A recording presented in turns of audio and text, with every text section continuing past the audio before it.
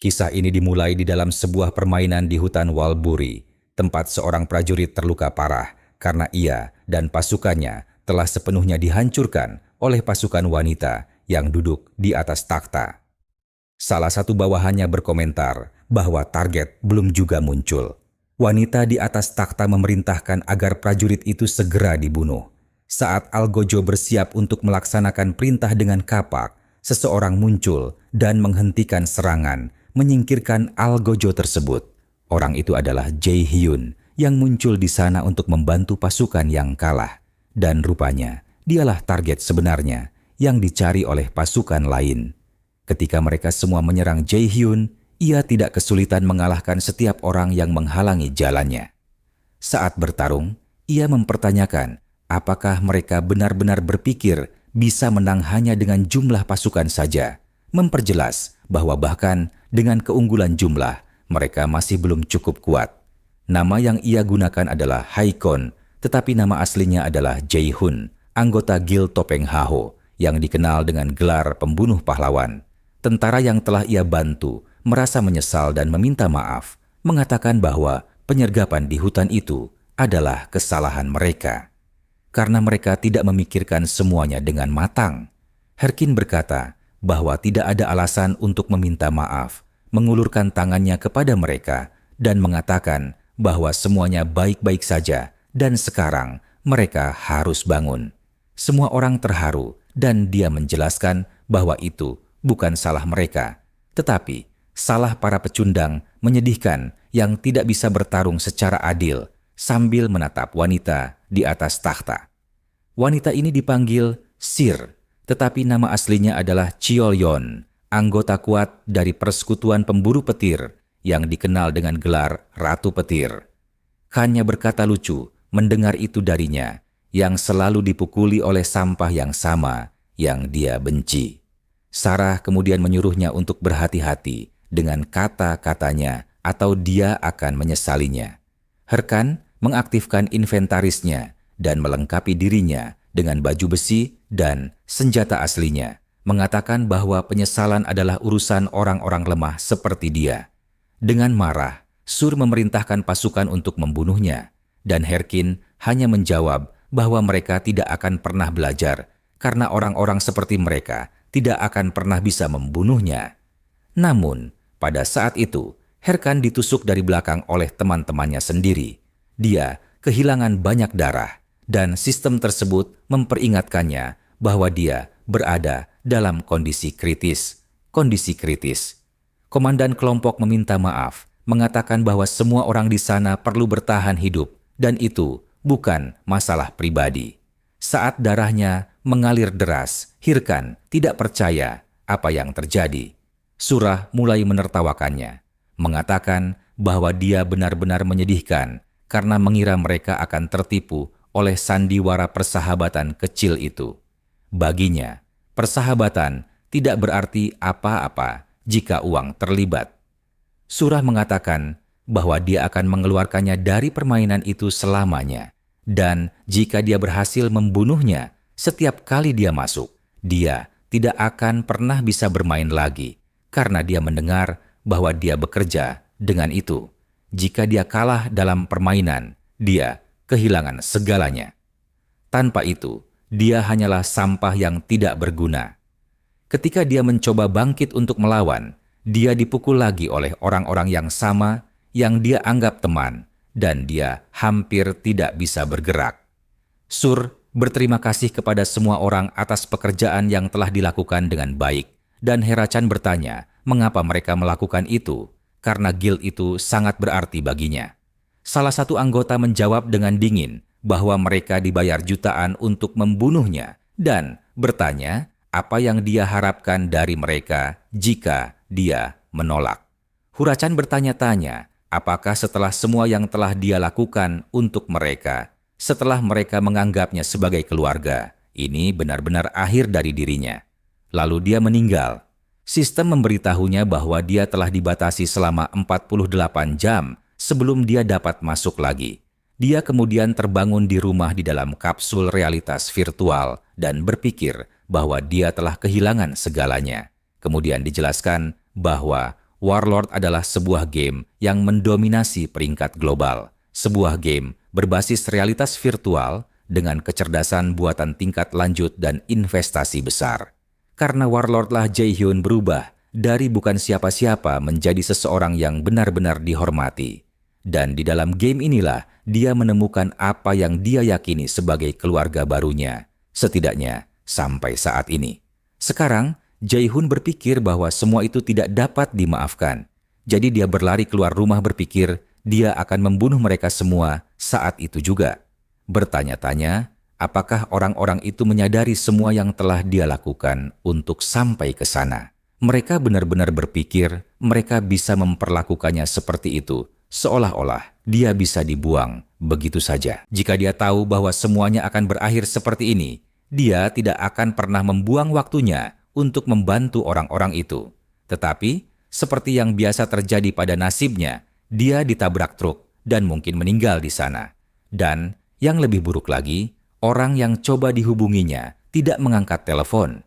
Jae-hyun ia bertanya-tanya, apakah dengan segala kemungkinan ia telah tertabrak truk sampah. Ia tidak berpikir ia bisa mati seperti ini. Tidak sekarang, tidak seperti ini. Bajingan-bajingan yang mengkhianatinya hanya demi uang. Bajingan yang menghancurkan segalanya. Ia tidak akan membiarkannya begitu saja. Ia akan membalas dendam. Dan beberapa saat kemudian, ia terhubung kembali ke permainan. Pemain Hiron telah kembali ke Warlord. Dan tantangan pertamanya adalah menyelesaikan tutorial, bertahan melawan Minotaur, dan keluar dari labirin.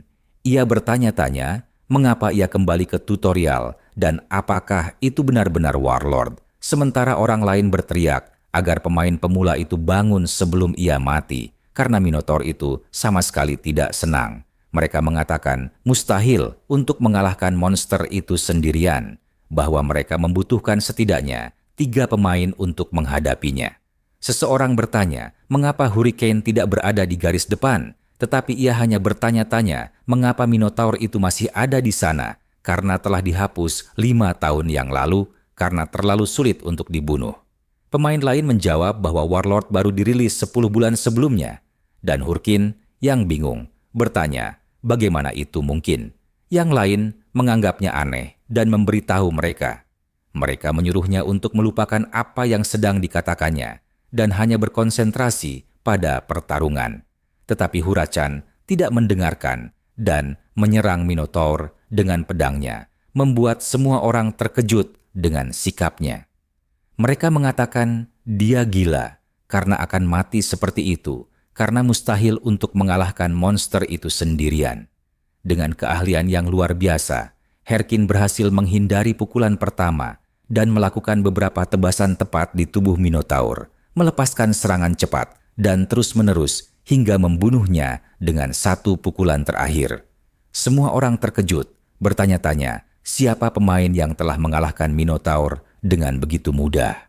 Mereka mencoba mendekati Hiran, mengatakan bahwa mereka adalah pemain terampil dan bertanya apakah dia ingin bergabung dengan guild mereka. Tetapi Hirkin mengingat semua yang terjadi terakhir kali. Dia mempercayai seseorang dan kemudian menyadari bahwa dia telah memahami sesuatu yang sangat penting. Tanpa ragu-ragu, dia membunuh kedua pemain itu di sana, menggorok leher mereka tanpa ampun. Dia menyadari bahwa jika dia mempercayai orang lain dalam hidupnya, dia pantas masuk neraka. Hiron, yang dikenal sebagai pembunuh pahlawan, telah kembali. Saat Jae-hyun keluar dari permainan, dia menyadari bahwa dia berada di dalam Dia berada di sebuah kapsul, tetapi bukan kapsul rumahnya. Dia berada di toko VG-Gear, nama peralatan realitas virtual. Dia ingat bahwa 5 tahun yang lalu, dia tidak punya uang untuk membeli VGR miliknya sendiri. Jadi, dia memainkan demo game tersebut di toko itu. Itu hanya bisa berarti satu hal. Dia benar-benar telah kembali ke masa lalu. Jika itu benar, maka dia tidak bisa membuang waktu lagi. Dia harus memanfaatkan pengetahuan yang dimilikinya tentang masa depan. Dia mendekati asisten penjualan, mengeluarkan kartunya, dan mengatakan dia ingin membeli VGR segera. Karyawan itu mulai memproses pembayaran tetapi memberitahu Wim bahwa dananya tidak mencukupi. Dia bingung, tetapi segera ingat bahwa pada saat itu dia tidak punya uang karena dia belum mulai memainkan Warlord secara nyata. Dia hanyalah seorang pecundang. Jun bertanya-tanya apa yang harus dia lakukan sekarang jika dia hanya akan menghemat uang dengan bermain di toko. Itu akan memakan waktu terlalu lama. Pada saat itulah ia mendengar iklan di televisi toko dengan suara tegas yang bertanya mengapa harus ragu, mengatakan bahwa orang yang kuat tidak pernah takut akan tantangan yang baik dan bahwa keraguan adalah kemewahan di medan perang. Itu adalah sebuah iklan yang dibintangi Sure, Ratu Petir dibuat khusus untuk Panglima Perang. Jae-hun terdiam ketika melihat iklan Sure di layar lebar. Ia jelas mengingat wanita yang menyebutnya sampah menyedihkan di saat-saat terakhir permainannya. Ia berpikir bahwa ia tidak punya banyak pilihan sekarang. Jadi ketika ia pulang di penghujung hari, VGR-nya sudah terpasang. Teknisi memberitahunya bahwa semuanya sudah siap digunakan, dan ia memutuskan untuk langsung pergi saat itu juga. Jan berpikir bahwa satu-satunya cara ia bisa mendapatkan uang adalah dengan menggunakan kartu sialan itu. Ia mengingat saat ia meminjam 10 juta dari kelompok yang tidak dapat diandalkan bernama Ayota, yang bahkan menodongkan pisau di antara jari-jarinya dan menjelaskan bahwa jika ia tidak membayar, ia tahu persis apa yang akan terjadi. Meskipun gugup, Jae-hun tahu bahwa ini adalah satu-satunya pilihannya, tapi semua itu tidak penting lagi karena meskipun ia harus merangkak melewati neraka, ia akan membalas dendam. Saat ia masuk ke dalam permainan, Jun berpikir bahwa ia akan menjadi lebih kuat dan menghabisi semua orang yang telah mengkhianatinya. Dan kemudian dia akhirnya masuk. Sistem menyambut sang hierarki. Kembali ke dunia Warlord dan dia berpikir sudah lama sekali sejak terakhir kali dia menginjakkan kaki di sana. Sudah waktunya untuk bertemu seseorang lagi, tetapi dia bahkan lupa namanya. Ariadne, itu dia. Saat itulah seorang wanita muncul seolah-olah dia adalah dewa, mengucapkan selamat kepadanya karena telah menyelesaikan tutorial. Namanya Ariadne, dan dia ada di sana untuk membimbingnya melalui pemilihan kelas. Dia menjelaskan bahwa dia perlu memilih kelas dasarnya, dan dengan kekuatan ilahi emasnya, dia mengungkapkan 3 pilihan yang tersedia, mengatakan bahwa keterampilan yang dikembangkan dengan kelas dasar akan menentukan kelas lanjutannya di masa depan. Pilihan pertama adalah prajurit barisan depan, seorang petarung yang ahli dalam senjata dan pertempuran sengit, ideal untuk pertempuran jarak dekat yang penuh adrenalin. Heran berpikir dia telah menjadi prajurit terakhir kali. Itu adalah pilihan yang baik untuk naik level pada awalnya, tetapi kemudian dalam permainan, bermain sendirian dengan kelas ini menjadi semakin sulit. Pilihan kedua adalah pendeta, seorang pendukung yang memperkuat sekutu dengan berkah dan kemampuan penyembuhan. Tetapi dia segera menolak ide ini, mengatakan bahwa dia tidak akan pernah membuang-buang saatnya membantu orang lain lagi. Ariadne kemudian mengatakan bahwa hanya ada satu pilihan terakhir yang tersisa, mengungkapkan bahwa mungkin jalannya sedikit lebih gelap. Sebuah kekuatan ilahi memasuki tubuhnya, dan sistem mengkonfirmasi bahwa kelas dasar telah dipilih. Dia segera diteleportasi ke menara kelas. Di sana, Hirkin mendapati dirinya di depan tangga yang sangat besar. Di puncaknya berdiri seorang penyihir, seorang guru berpenampilan aneh yang menyambutnya dengan antusias. Nama penyihir ini adalah Golko, dan dia akan menjadi pemandunya di jalan sihir. Golko bertanya, sihir jenis apa yang ingin dia pelajari? Dan Hirkin menjawab tanpa ragu bahwa dia menginginkan sihir hitam. Ada keheningan sesaat, dan kemudian Golko mencoba untuk memastikan bahwa yang dimaksudnya adalah sihir hutan belantara, mengatakan bahwa pendengarannya tidak terlalu bagus, tetapi Hirkin dengan jelas mengulangi bahwa dia menginginkan sihir hitam. Golko menjadi curiga dan bertanya dari mana dia mendengar tentang itu, menjelaskan bahwa sihir gelap itu kuat, tetapi itu menghabiskan jiwa target. Meskipun demikian, Hirkin mengatakan bahwa dia tahu persis apa yang akan dia hadapi, dan bahwa dia sepenuhnya menyadari pilihan yang dia buat. Dia berpikir bahwa ilmu hitam sangat cocok untuk tujuan barunya, dan Goko yang gugup hampir tidak percaya. tetapi memutuskan untuk melanjutkan. Saat itulah Goko merobek wajahnya sendiri, memperlihatkan tengkorak. Faktanya, dia sendiri adalah seorang penyihir hitam. Goko mengatakan bahwa sudah lama sejak seorang pemuda memilih jalan itu, dan jika Herkin benar-benar siap, dia harus menyentuh buku itu. Tetapi dia juga memperingatkannya bahwa jalan ini akan menghancurkan hati dan jiwanya. Harkin menjawab bahwa dia ingin segera memulai, meminta maaf karena terburu-buru, tetapi mengatakan bahwa hatinya sudah benar-benar hancur. Goko tertawa jahat panjang, mengatakan bahwa Hirkan benar-benar orang yang menarik. Kemudian kekuatan sihir gelap menyerang tubuh dan jiwa Hirkan. Dia teringat sebuah video legendaris dari kehidupan masa lalunya, di mana seorang pemain dengan kelas Necromancer menyelesaikan sebuah dungeon sendirian, memimpin pasukan mayat hidup. Heran berpikir bahwa kekuatan seperti inilah yang dia butuhkan sekarang, dan sistem berhasil mengkonfirmasi bahwa dia telah menjadi seorang Necromancer. Saat ini, dia hanyalah seorang Necromancer pemula dan telah menerima keterampilan yang disebut fragmen tulang. Hurken mengaktifkan skill tersebut dan memanggil fragmen tulang pertamanya, sebuah jimat kecil berbentuk tengkorak. Saat dia melemparkannya, saat dilemparkan ke tanah, benda itu memantul seperti bola kecil hingga menyentuh tanah. Sistem kemudian mengumumkan bahwa seorang prajurit kerangka yang diresapi sihir akan segera lahir.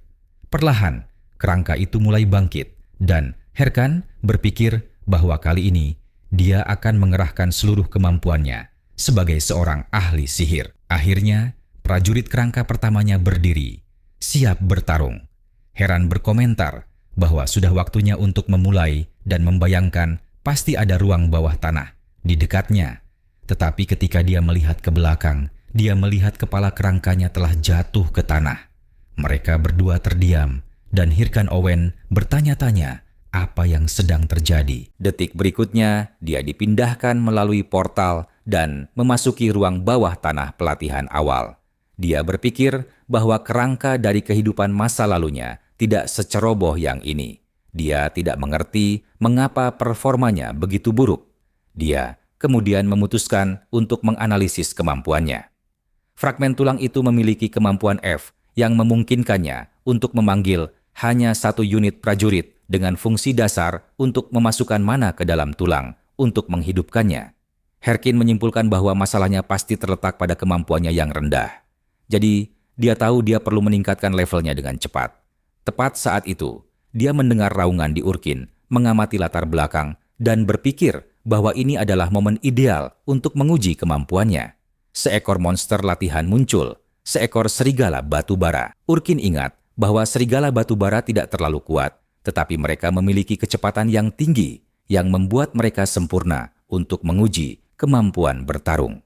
Dia kemudian menggunakan pecahan tulang lagi dan melemparkan kerangka ke arah musuh. Kali ini, kerangka itu berhasil berdiri tegak, mendeteksi musuh, dan mengambil posisi bertarung, bahkan mengintimidasi serigala yang ragu-ragu untuk menyerang.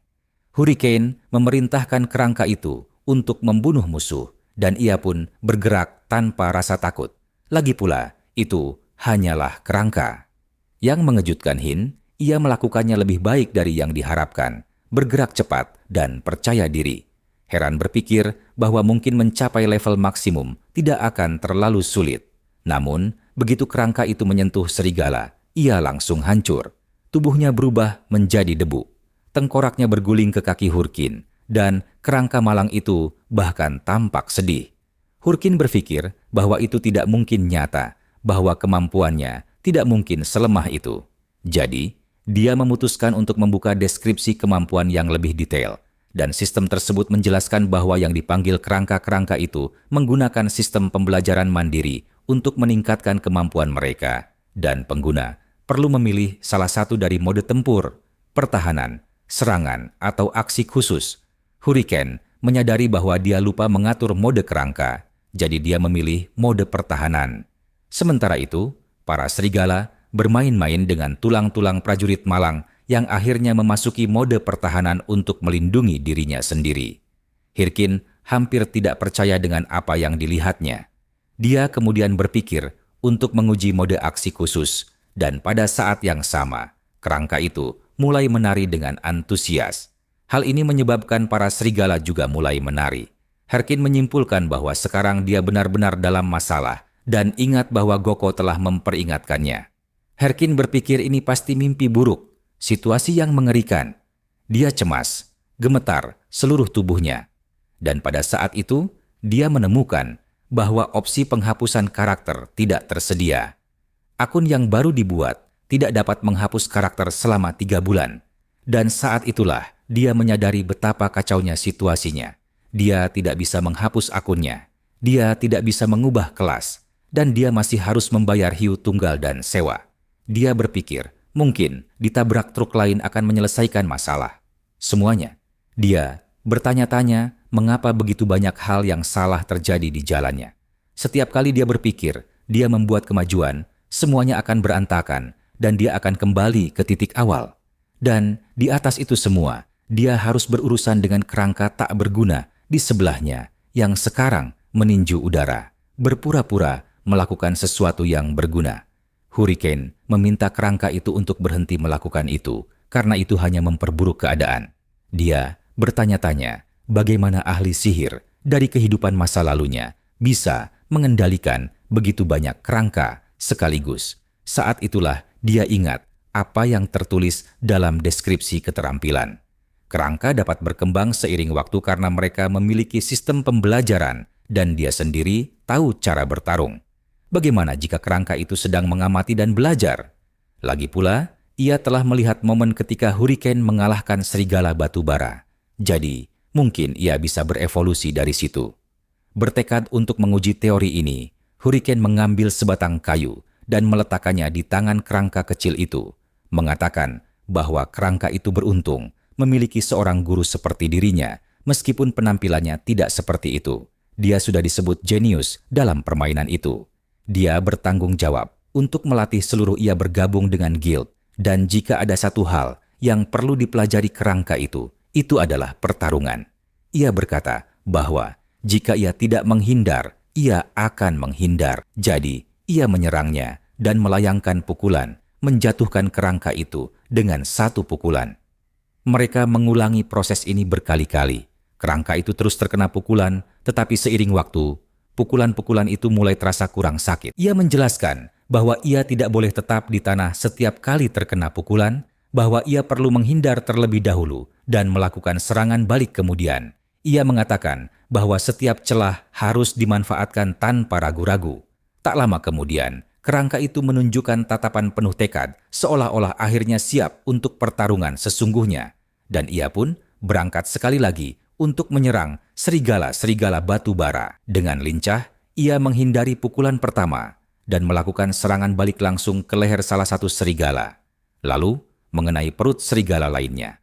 Sendirian, kerangka kecil itu berhasil mengalahkan kedua musuh.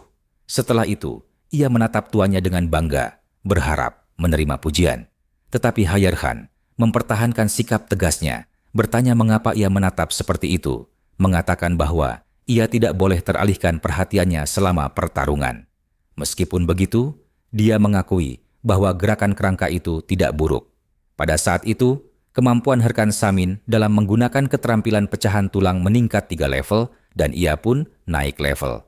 Ia menyadari bahwa kerangkanya telah melakukan pekerjaan yang hebat.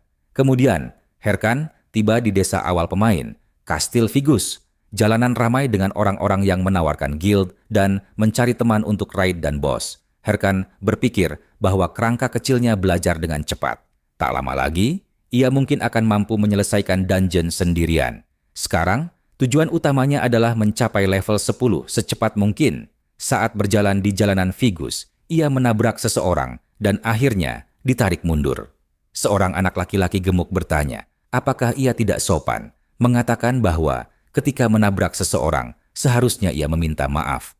Herkan hanya menatapnya dan bertanya-tanya siapa penjahat kelas 5 itu, sama sekali mengabaikan apa yang mereka katakan. Ia berpikir ia tidak punya waktu untuk masalah seperti ini. Pria gemuk itu bersikeras, bertanya apakah ia mendengarkan dan menyerangnya dengan pukulan. Namun, Herkan dilindungi oleh pemain lain, seorang pria besar dengan kacamata hitam dan rambut pirang. Pria berambut pirang itu mengatakan kepada pria gemuk itu bahwa dia tidak bisa seenaknya memukuli orang. Orang-orang di tengah jalan seperti itu. Pria gemuk itu dengan kesal bertanya siapa dia sebenarnya dan apakah dia kebetulan bersama Conan yang lebih tinggi. Pria itu berkata tidak persis, tetapi dia langsung mengenalinya. Fisik yang sangat berotot itu, pakaian bermotif bunga dan aneh yang khas gaya Hawaii. Tidak diragukan lagi, ini adalah Matador Chef, pemain prajurit terbaik di kehidupan masa lalunya. Hiran terkejut dan bertanya-tanya apa yang dia lakukan di sana pada tahap awal permainan. Tepat ketika dia hendak mengatakan sesuatu, dia diinterupsi oleh suara meludah menjijikan yang berasal langsung dari pria gemuk itu. Dia menyuruh pria tua itu untuk minggir jika dia tidak tahu apa yang sedang terjadi dan menuduh Hirkin memukulnya lebih dulu. Mengatakan dia tidak pernah mendengar pepatah mata ganti mata, gigi ganti gigi. Chef kemudian mengaktifkan keterampilan intimidasinya, melepaskan aura yang sangat kuat sehingga seperti badai yang menerpa semua orang di alun-alun. Para pemain di sekitarnya terpesona oleh kehadiran yang luar biasa ini. Dia berkata bahwa jika dia akan mengembalikannya, maka pria gemuk itu harus meninju telapak tangannya karena pukulan sebelumnya mengenai bagian itu. Itu adil, pikirnya. Salah satu bawahan pria gemuk itu mengenali Chef saat itu juga dan panik. Dia mengatakan bahwa itu adalah Chef, si pembunuh, pemimpin Guild Banteng Merah, salah satu dari 30 pemain terbaik dalam game. Dia dikenal sebagai maniak tempur, praktis seorang pembunuh di medan perang. Pria gemuk itu, yang sekarang ketakutan, bertanya-tanya apa yang dilakukan orang seperti dia di tempat itu. Chef muncul sambil tersenyum tepat di belakangnya dan bertanya apa jawabannya. Pria gemuk itu terdiam, gemetar ketakutan, dan lari sambil berulang kali meminta maaf. Chef kemudian mengatakan bahwa dia senang semuanya telah diselesaikan dengan damai, sementara orang-orang di sekitarnya bertanya-tanya, apakah ini benar-benar yang dia sebut damai. Tak lama kemudian, Chef bertanya apakah dia baik-baik saja dan menyuruhnya untuk tidak mengganggu orang-orang seperti itu. Tapi dia hanya berpaling dan menjawab bahwa lain kali dia tidak menginginkan bantuan. Suasana menjadi tidak nyaman. Chef sendiri mengerutkan kening mendengar jawaban dingin itu dan berkomentar bahwa itu menyakitkan. Faktanya, Han pergi dari sana dengan marah. Dia merasa telah sepenuhnya ditekan oleh kekuatan Chef dan dia benci merasa lemah. Dia bersumpah pada dirinya sendiri bahwa saat bertemu lagi dengannya, dia tidak akan sama seperti sebelumnya. Pria itu, dia akan menjadi seseorang yang lebih kuat. Kemudian, di dalam ruang bawah tanah yang tampak seperti gua pertambangan tua, Huran masih memikirkannya. Perbedaan kekuatan antara dirinya dan Chef sangat absurd dan mengingat bahwa di kehidupan masa lalu mereka berada di level yang sama, hanya membuatnya semakin bertekad. Dia harus mengalahkan Chef jika ingin membalas dendam. Saat dia merenung, seekor harimau dingin maju menyerangnya. Tapi dia sama sekali tidak khawatir. Kerangka kecilnya yang sekarang jauh lebih terlatih, bertindak sendiri, menginterupsi serangan makhluk itu dan melepaskan serangkaian pukulan, mengalahkan harimau itu dengan mudah. Sistem mengkonfirmasi bahwa Hirhan telah naik level sekali lagi. Kerangka itu merayakan, senang dengan tuannya, dan bangga dengan hasilnya. Hirankur berpikir bahwa membutuhkan waktu 3 hari untuk mencapai level 10 lebih lama dari yang dia harapkan. Kerangkanya tampak sedikit kecewa, tetapi sistem memberitahunya bahwa dia akhirnya mencapai level 10. Dengan itu, dia tidak lagi dapat mengakses area pelatihan ruang bawah tanah. Tanda pemula dihapus dan permainan mulai memproses hadiahnya. Dia menerima jam perang, sebuah alat penting. Perangkat untuk pemain manapun.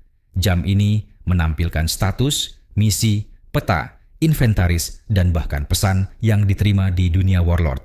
Dia merasa sudah lama tidak menggunakannya, jadi dia memutuskan untuk membuka statistiknya. Urkin saat ini berada di level 10 dengan kelas Necromancer. Dia memiliki gelar dan atributnya adalah 3 kekuatan, 3 stamina, 5 kecerdasan, dan 5 sihir. Dia pikir itu mengerikan, tetapi sekarang dia memiliki 50 poin untuk didistribusikan. Herkan tahu bahwa Distribusi status pertama sangat penting dan dia harus sangat berhati-hati. Sebagai seorang necromancer, pilihan yang paling jelas adalah berinvestasi pada kecerdasan dan sihir, tetapi dia tetap memutuskan untuk menempatkan semua poin ke dalam kekuatan, sehingga total poin kekuatannya menjadi 53. Sekarang, dia percaya dia bisa menghancurkan apapun yang datang. Kerangka di sebelahnya melihat pilihan itu dan benar-benar ngeri. Ia tampak sangat kecewa. Hurkin menyadari hal ini dan sebagai tanggapan menendang kerangka itu begitu keras hingga tengkoraknya terlepas, tetapi dia tidak menyerah untuk menjadi seorang necromancer. Dia hanya melakukannya untuk mengajarkannya. Meningkatkan sihir dan kecerdasan pada saat itu tidak akan memberikan hasil apapun. Dampaknya sangat besar, namun berinvestasi pada kekuatan akan memungkinkannya untuk mengajari kerangkanya gerakan-gerakan seefektif mungkin. Dia benar-benar mempertaruhkan nyawanya pada pembelajaran kerangkanya. Dia bahkan menjadi emosional karenanya. Herkin percaya bahwa kerangka itu harus fokus pada pelatihan sementara dia mengurus sisanya. Selain itu, dia tahu bahwa sistem bukanlah satu-satunya cara untuk meningkatkan status. Kemudian, dia pergi ke asosiasi pemburu monster di cabang Kastil Figus. Ketika dia masuk, mereka sedang mempresentasikan misi baru kepada kelompok tersebut dan orang-orang mulai saling mendorong dan berkelahi untuk mendapatkan misi tersebut. Mereka hampir saling membunuh untuk mendapatkannya. Herkin merasa ini aneh karena misi pada waktu ini biasanya cukup buruk, tetapi orang-orang tampak sangat termotivasi. Mereka mungkin pendatang baru. Dia pergi ke resepsionis dan meminta untuk melihat daftar misi yang tersedia. Resepsionis menjelaskan, ya, dia bisa memilih salah satu dari yang ada di meja, tetapi memperingatkannya bahwa yang ada di sana adalah yang tidak diinginkan siapapun, biasanya karena sulit untuk diselesaikan atau memiliki hadiah yang sangat rendah. Dia juga berkomentar bahwa Haikin berani mencoba mendapatkan salah satu dari Herkin tahu itu benar. Sebagian besar memang terlihat mengerikan, tetapi dia tahu cara memilih dan dia segera menemukan misi yang sempurna. Misi itu bernama Gua Gunung Beima dengan hadiah hanya 10 koin emas dan terdiri dari berburu monster level sangat rendah. Resepsionis bahkan bertanya, apakah dia benar-benar menginginkan misi itu karena hadiahnya hanya 10 koin emas. Tapi Herkin berpikir itu sempurna untuknya. Dari luar, misi itu memang terlihat buruk. Tetapi jika dia menyelesaikannya sebelum mencapai level 15, dia bisa mendapatkan gelar ultra langka bernama Bintang Naik. Gelar ini istimewa karena meningkatkan statistik berdasarkan persentase. Tidak seperti kebanyakan yang hanya meningkat 1 atau 2 poin tetap, Bintang Naik meningkatkan atribut berdasarkan apa yang sudah dimiliki karakter, artinya semakin banyak atribut yang dimilikinya, semakin besar bonusnya. Ini akan menjadi langkah pertama Hierarkin untuk menjadi karakter yang benar-benar hebat dalam permainan. Jadi Herkin bersiap untuk mengambil perlengkapan barunya. Dan kemudian dia berada di Gunung Beima, siap untuk memulai, tampak bertekad, tetapi mengenakan pakaian badut yang sangat konyol. Bahkan burung gagak pun menyerangnya seolah-olah dia adalah orang-orangan sawah. Dia berpikir begitu. Penampilannya mengerikan karena dia telah menghabiskan semua uangnya untuk kostum kerangka. Dan ketika dia pergi membeli sesuatu untuk dirinya sendiri, dia malah terlihat seperti orang aneh. Meskipun begitu, dia tahu tidak ada gunanya menyesalinya. Dia akan menyelesaikan misi ini dengan cepat dan dengan uang yang didapatnya, membeli pakaian yang layak. Dengan pemikiran itu, dia berlari menuruni gunung dengan pakaian badutnya yang konyol. Sementara itu, di tengah hutan, seseorang meminta bantuan, tetapi ditarik keluar dan dibunuh oleh pembunuh pemain. Kemudian, seorang pemain baru akhirnya tiba di Gunung Beima. Di sanalah petualangan si Multi yang perkasa akan dimulai. Dia tampak seperti pemain yang sangat berbakat. Dia sudah level 11 dan mengatakan dia akan segera berada di peringkat dunia. Selama perjalanannya, dia bertemu seseorang yang meminta bantuan karena temannya terjatuh. Bantuan karena Multinya yang penuh kebaikan hati berlari untuk membantu. Pendeta yang diduga itu menjelaskan bahwa monster itu muncul entah dari mana dan menyerang mereka, dan mereka kehabisan ramuan untuk menyembuhkannya. Multi mengatakan dia memiliki beberapa ramuan penyembuhan dan menawarkan bantuan. Pendeta itu berterima kasih kepadanya beberapa kali, sambil mengatakan bahwa dia tiba tepat pada waktunya. Namun, Multi diserang dari belakang tanpa menyadarinya dan jatuh hanya dengan satu pukulan. Pendeta itu berterima kasih padanya lagi, mengatakan bahwa dia akan memanfaatkan barang-barangnya dengan baik. Multi terkejut, bertanya apakah mereka menipu orang. Pendeta itu menjawab bahwa mereka tidak bisa disalahkan karena pemain itu sendiri yang telah jatuh langsung ke dalam perangkap. Multi sedang memasang jam tangan perangnya, tetapi yang lain mengatakan dia benar-benar pemula. Dia ketakutan, dan pendeta itu memperingatkan teman-temannya bahwa sudah waktunya untuk mencari idiot berikutnya. Kelompok ini dikenal sebagai keluarga Ralph, geng terkenal yang memburu dan membunuh pemain. Kemudian, Hirkan yang sekarang dilengkapi dengan kerangkanya menghadapi jenis serigala baru, kali ini dengan penampilan kayu. Dia mengaktifkan mode serangan kerangka yang menjadi ganas dan berlari dengan kecepatan yang sangat tinggi, sehingga dalam detik berikutnya ia telah melenyapkan serigala-serigala itu. Untuk mengalahkan 3 serigala tua, dia mendapatkan masing-masing 375, 366, dan 379 poin pengalaman. Dia berpikir bahwa sekarang dengan kerangka yang menggunakan pedang sungguhan, dia bisa menghadapi banyak monster sendirian. Dia merasa telah membuat keputusan yang tepat untuk memprioritaskan perlengkapan kerangka itu, karena gamer sejati tidak peduli dengan penampilan. Meskipun begitu, dia menyadari bahwa penampilannya sangat jelek. Kerangka itu menatapnya, tampak merasa kasihan padanya, dan Hirkin menyadarinya. Dia pikir sudah waktunya untuk pergi. Dia butuh uang untuk menyingkirkan pakaian yang mengerikan, menyedihkan, dan tragis itu. Tapi saat itu juga kerangka itu terkena panah di kepala, sesuatu yang bahkan tidak dia duga. Seseorang mendekat sambil meminta maaf, mengatakan bahwa dia mengira itu monster, tetapi itu hanyalah penyamaran keluarga Ralph lainnya. Berpura-pura polos sekali lagi, pendeta itu mengulangi permintaan maafnya. Tetapi Hanneu dengan cepat memperhatikan jam tangan perang dan senjata yang berlumuran darah. Dia mengerti bahwa mereka adalah pembunuh pemain, PK yang terkenal. Hirkan menjawab bahwa semuanya baik-baik saja dan mengatakan bahwa dia akan senang menerima ramuan mana jika itu tidak masalah. Pendeta itu menjawab bahwa sayangnya mereka juga kehabisan ramuan, tetapi mereka dapat membantunya naik level, karena ketika naik level, mana pulih secara otomatis. Heran berpikir bahwa jika itu benar, kedengarannya seperti ide yang sangat bagus. Pendeta itu berkata bahwa, ya, itu memang kesalahan mereka. Jadi, mereka tidak keberatan membantu.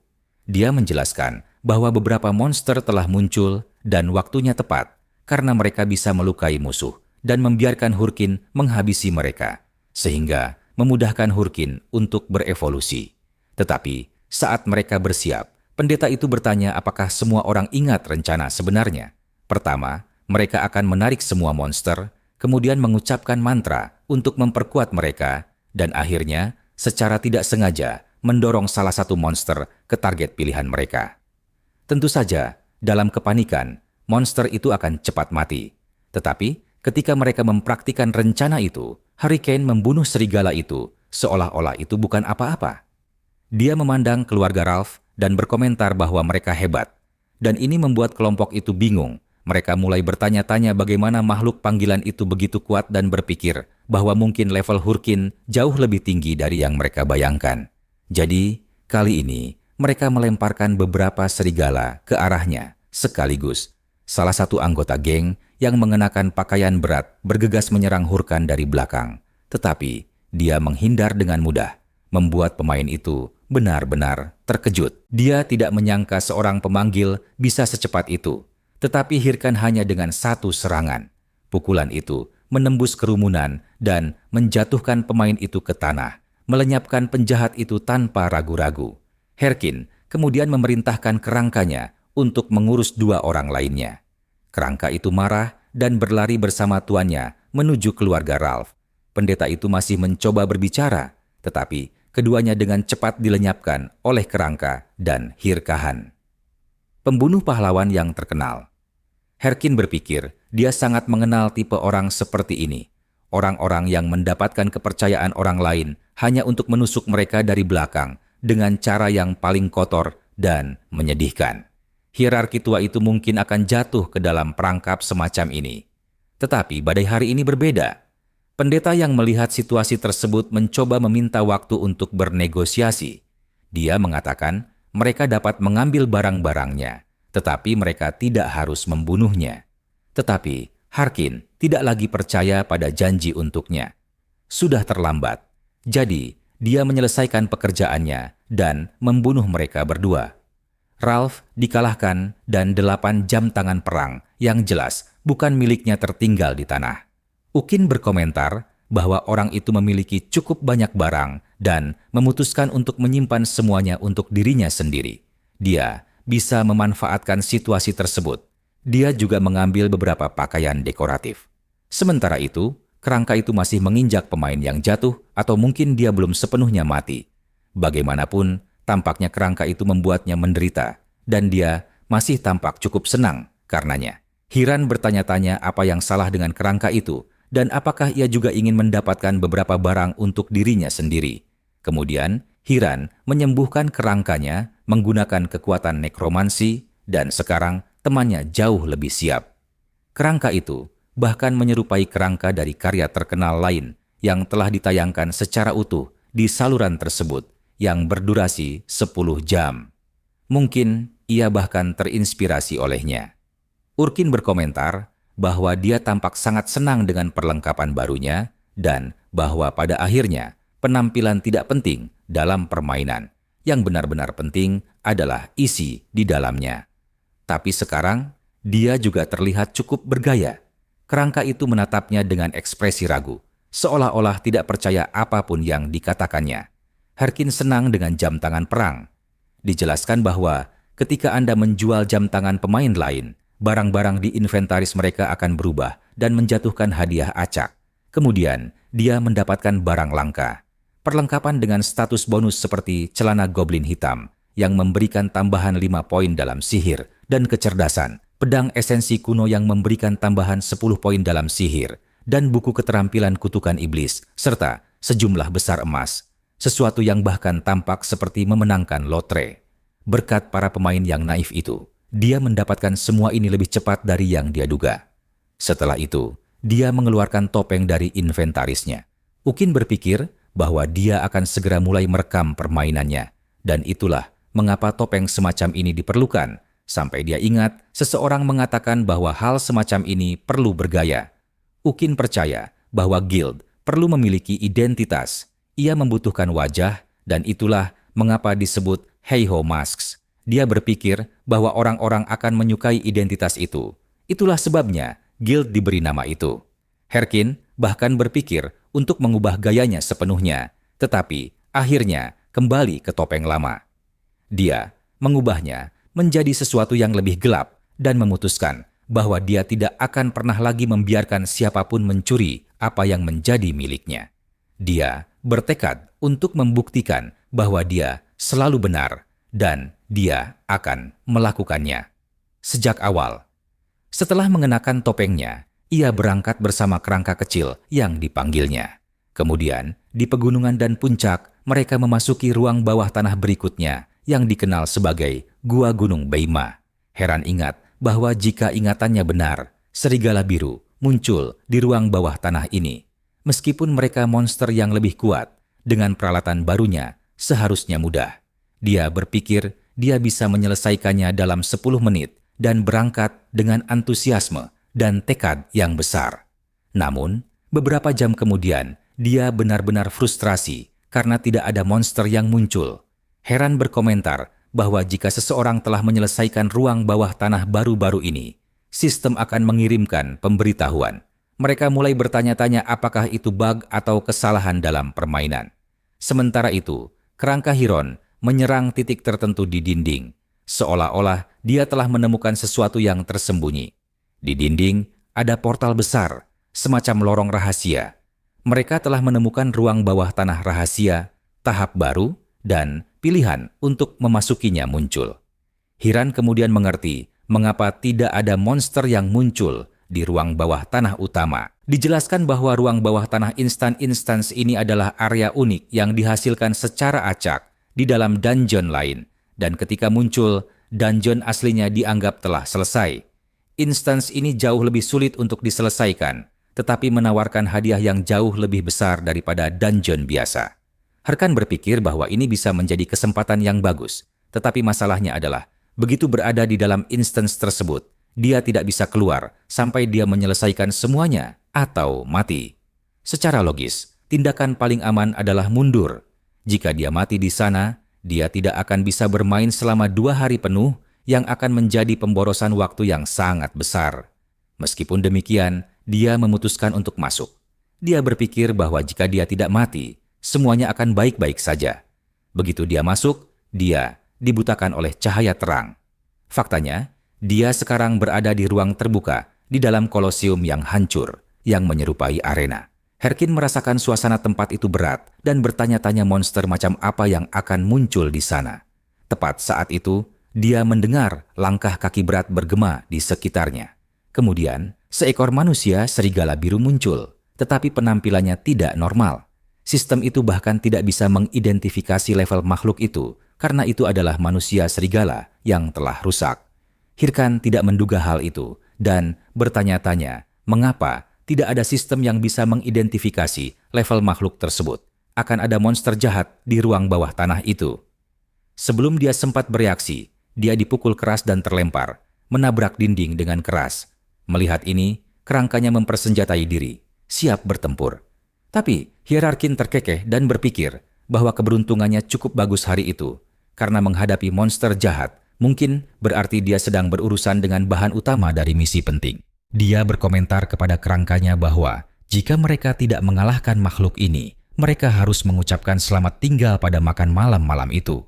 Dengan itu, dia berangkat dengan berani dan kerangka kecil itu mempersiapkan serangan terkoordinasi, menempatkan pedangnya di kaki tuannya untuk mendorongnya ke udara. Harkin melompat dengan kuat, mempersiapkan serangan udara. Manusia serigala jahat itu melihat ini sebagai kesempatan untuk menyerang musuhnya dari udara. Tapi Hurricane mengaktifkan kutukannya, menanamkan kekuatan kutukan iblis ke pedangnya. Manusia serigala itu jelas tidak mengharapkan ini, karena hanya dengan satu pukulan, lengannya benar-benar robek seolah telah dipotong oleh pisau panas yang menembus mentega. Makhluk itu menjerit kesakitan, dan tak lama kemudian, kutukan iblis diaktifkan padanya. Tubuhnya menyebabkan semua statusnya berkurang sebesar 10%. Harkan menyadari bahwa kemampuan ini sangat berguna, tetapi manusia serigala itu pulih terlalu cepat, menjadi lebih marah dan bahkan tampak lebih besar. Lebih buruk lagi, lengan yang telah dipotong beregenerasi seolah-olah tidak terjadi apa-apa. Ini hanya membuatnya semakin berbahaya. Singkatnya, sistem mengumumkan bahwa manusia serigala yang rusak telah memasuki keadaan amarah brutal, menjadi benar-benar gila, dan meniadakan semua efek negatif yang diterapkan padanya. Harkan memperkirakan bos ini akan sulit dihadapi, dan meskipun dia ingin menyimpan sumber dayanya untuk nanti, dia melihat ini sebagai kesempatan untuk menguji sesuatu yang penting. Dia kemudian mengaktifkan slot khusus pada jam tangan perangnya, melepaskan kekuatan yang tersegel, dan jubah gelap menyelimuti seluruh tubuhnya.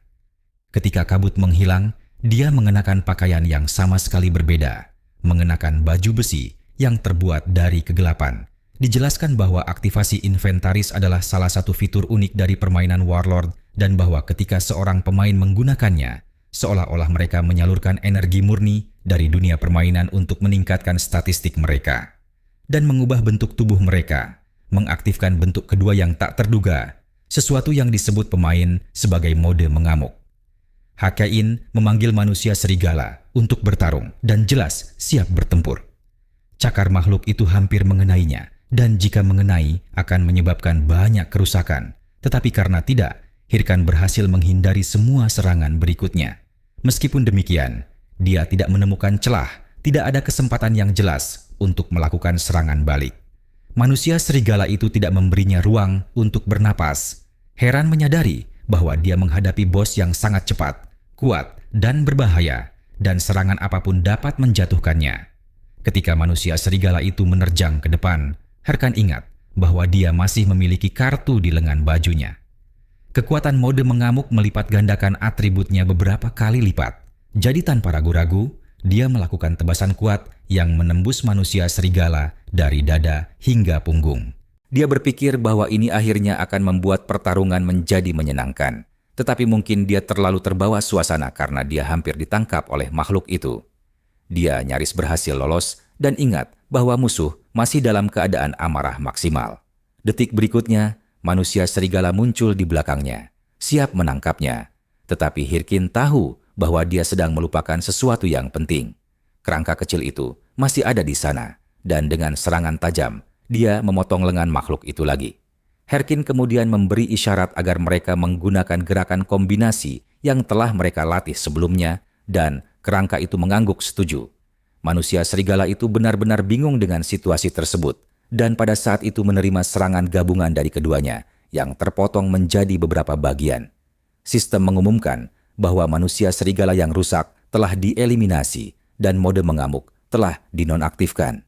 Hurricane berpikir bahwa untuk pertama kalinya dalam waktu yang lama itu benar-benar tidak terlalu buruk ketika dia meninggalkan ruang bawah tanah dan menyelesaikan misi yang tercatat di kartu. Dia menerima hadiahnya berupa 10 koin emas yang berubah menjadi kartu emas. Dan karena prajurit kerangkanya bertanggung jawab untuk mengalahkan makhluk tingkat tinggi, fragmen tulang berevolusi dari peringkat F ke peringkat E. Selain itu, Han menerima 20.000 emas lagi dan mengumpulkan kulit dan tulang manusia serigala sebagai bagian dari hadiah. Kerangka kecil itu sangat senang merayakan kemenangannya, sehingga dia bahkan tampak menari. Sementara Harkin memikirkan hal itu saat itu, dungeon memang sangat bagus. Selain hadiah normal, dia mendapatkan item langka bernama kalung pelacak korupsi yang meningkatkan status apapun yang terkait dengan kelasnya, menawarkan tambahan 18 poin di semua atribut. Itu adalah item eksklusif yang tidak dapat ditukar dengan pemain lain, dan untuk menggunakannya, Anda harus memiliki gelar pelacak korupsi. Urkin bertanya-tanya apakah itu item unik, bahkan tanpa bisa dijual, jelas jauh lebih unggul daripada item biasa. Saat itulah dia menyadari apa arti sebenarnya menjadi pelacak korupsi. Dia telah memperoleh 3 gelar baru. Yang pertama adalah bintang baru yang meningkatkan kecerdasan dan sihirnya sebesar 3%. Yang kedua adalah penantang pahlawan yang memberikan 3 poin stamina, tetapi tampaknya merupakan bonus yang jauh lebih sederhana. Dan akhirnya, gelar pelacak korupsi yang masih belum memiliki deskripsi dalam sistem, tetapi Harkin sudah memiliki gambaran tentang apa itu. Itu adalah judul pengantar untuk bab pertama dari misi cerita utama game Warlord, alur naratif yang dianggap sebagai tulang punggung alam semesta game tersebut, dan yang menentukan jalannya peristiwa penting di dunia itu. Itulah mengapa hadiah untuk misi ini sangat menggiurkan. Setiap pemain bermimpi untuk ikut serta dalam rangkaian misi ini, tidak peduli seberapa keras mereka harus bekerja. Itu adalah konten terpenting dan paling diinginkan di Warlord. Harkin berpikir bahwa di kehidupan masa lalunya, dia hampir tidak berhasil mencapai bab 4 dari misi ini. Dan sekarang dia di sini, memasuki dari awal dengan keuntungan besar. Seolah-olah dia telah memenangkan lotre 5 kali berturut-turut. Senang dengan kemajuannya yang tak terduga, dia memutuskan untuk keluar dari permainan untuk merayakannya. Kemudian, di rumah, dia menonton video pengumuman dari Hydra Guild yang baru saja mencapai tahap akhir dari adegan korupsi. Mereka berjanji untuk membersihkannya hanya dalam 3 bulan. Menonton video itu, Jun merasa jijik, bergumam bahwa itu sama sekali bukan keberuntungan, tetapi manipulasi murni. Hydra Guild sudah berada di fase terakhirnya, dan dia percaya bahwa tidak ada lagi yang bisa dicapai di sana. Dia sudah sangat dekat, tetapi sekarang dia berpikir dia mungkin harus melewati bagian ini dan langsung melompat ke bab berikutnya. Namun kemudian, ia mendapat sebuah ide. Mungkin ini adalah kesempatan yang sempurna. Kesempatan. Seluruh dunia Warlord terfokus pada fase korupsi, dan ini adalah misi besar pertama yang harus diselesaikan di seluruh server. Jika dia mengunggah video yang menunjukkan ruang bawah tanah rahasia dan pertempuran melawan manusia serigala yang korup, konten itu bisa menjadi video yang sangat viral. Dia sudah bisa membayangkan dolar mengalir ke rekeningnya satu demi satu. Untungnya, dia telah merekam semuanya. Sekarang, dia hanya perlu mengeditnya dengan cepat, membuat beberapa potongan, dan mempublikasikannya. Tetapi untuk itu, dia memikirkan seseorang tertentu, seseorang dengan bakat untuk mengubah materi itu menjadi sesuatu yang legendaris. Editor legendaris dari kehidupan masa lalunya yang saat itu dengan santai sedang makan mie. Itu adalah pembuat film Romani. Ketika Romani menerima permintaan itu, dia sedikit terkejut.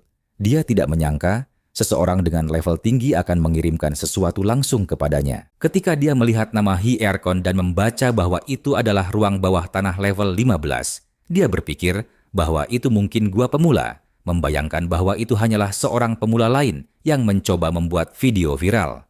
Namun begitu dia membuka isi video dan memahami isinya, dia sangat terkejut, sampai-sampai menjatuhkan kursi yang sedang didudukinya. Romani langsung menyadari bahwa pemain ini akan menjadi model yang sempurna untuk video-videonya. Kemudian, di malam hari, sementara itu terjadi, seorang wanita yang sangat kaya memanggil salah satu bawahannya untuk rapat mendesak. Dia berkomentar bahwa sebuah video baru tentang fase korupsi baru saja diunggah dan mengatakan, itu menarik karena menunjukkan seorang pemain level 15 mengalahkan manusia serigala yang korup seorang diri. Bawahan itu memberitahunya bahwa timnya telah meninjau video tersebut dan percaya bahwa manusia serigala itu mungkin level rendah. Tetapi wanita itu mengabaikan analisis ini dan mengatakan bahwa dia sangat menyukai pemain itu dan ingin segera mempekerjakannya. Dalam kehidupan nyata, wanita itu adalah Cheon, CEO Lightning Enterprises, konglomerat bisnis nomor 1 di dunia. Dalam game, dia dikenal sebagai Ratu Petir. Tuan, salah satu tokoh paling berpengaruh di seluruh server. Sementara itu, Han benar-benar terkejut. Kami melihat angka-angka untuk videonya. Baru beberapa jam sejak dia mengunggahnya dan sudah melebihi 6.000 penayangan. Dia berpikir bahwa segalanya benar-benar berjalan lancar. Di kehidupan sebelumnya, ia membutuhkan waktu berbulan-bulan untuk mencapai jangkauan seperti ini. Ia segera menyadari perbedaan lain dari yang diingatnya. Romani, selain melakukan pengeditan video yang sempurna, juga mulai lebih sering menghubunginya. Hirkin dulu mengira Romani adalah seseorang yang tidak terjangkau, tetapi tampaknya di kehidupan barunya ini, ia semakin dekat. Romani bertanya, apakah ia sudah melihat jumlah penontonnya, dan Hirkin membenarkannya. Romani menjawab bahwa itu adalah pekerjaannya, tetapi ia tidak berhenti memuji Hirkin, mengatakan bahwa materi yang dikirimkannya berkualitas premium, dan bahkan mengirimkan foto bunga sebagai lelucon. Hirkin berpikir sejenak untuk memblokirnya, tetapi tahu bahwa Romani akan sangat berguna. Romani kemudian bertanya kapan video berikutnya akan dirilis, dan Hirkin menjawab bahwa itu adalah pertanyaan yang bagus, karena ia sendiri tidak tahu apa yang akan direkam selanjutnya. Hampir tidak mungkin bos korup lain akan muncul begitu saja di hadapannya. Meskipun begitu, dia mengklik tombol untuk masuk kembali ke dalam permainan dan berpikir bahwa setidaknya untuk saat ini semuanya berjalan sesuai harapan. Jadi, dia pun masuk kembali ke dalam Warlord. Sementara itu, di tempat lain dalam permainan, Head Matador Chef sedang menonton video Hirkan. Dia mengakui bahwa gerakan anak itu sangat bagus, tetapi ada sesuatu yang aneh, sesuatu yang familiar. Dia mulai bertanya-tanya, apakah dia pernah bertemu pemain itu sebelumnya? Tepat saat itu, seseorang muncul dan bertanya, siapa yang dia maksud? Itu adalah Yale, juga dari Guild Red Bulls. Chef menjawab bahwa dia sedang membicarakan pemain yang akhir-akhir ini ramai dibicarakan semua orang. Hurachan Sitopengho. Yale bersikeras ingin tahu mengapa dia begitu fokus pada video itu. Mengatakan bahwa akhir-akhir ini bos hanya menonton rekaman orang ini seolah-olah dia terobsesi. Meskipun begitu, Chef mengatakan bahwa pemain baru yang muncul membuatnya semakin waspada. Tapi yang satu itu, pemain tertentu itu benar-benar luar biasa. Dia berkomentar bahwa Hiron menggunakan kerangka yang dipanggil dan bahwa dia berada di level yang sama sekali berbeda dari necromancer lainnya. Dia juga mengatakan bahwa anak itu bertarung dengan sangat terampil dan bertanya-tanya apakah dia akan menerima duel. Yale menyela dengan mengatakan bahwa itu sudah cukup dan jika dia punya waktu untuk hal-hal seperti itu, dia harus segera menyelesaikan tugas-tugas yang perlu dia lakukan karena siaran langsung akan dimulai dalam 5 menit. Bos bertanya, apakah sudah waktunya? Dan dia menjawab mengingatkannya bahwa dia berhutang budi padanya.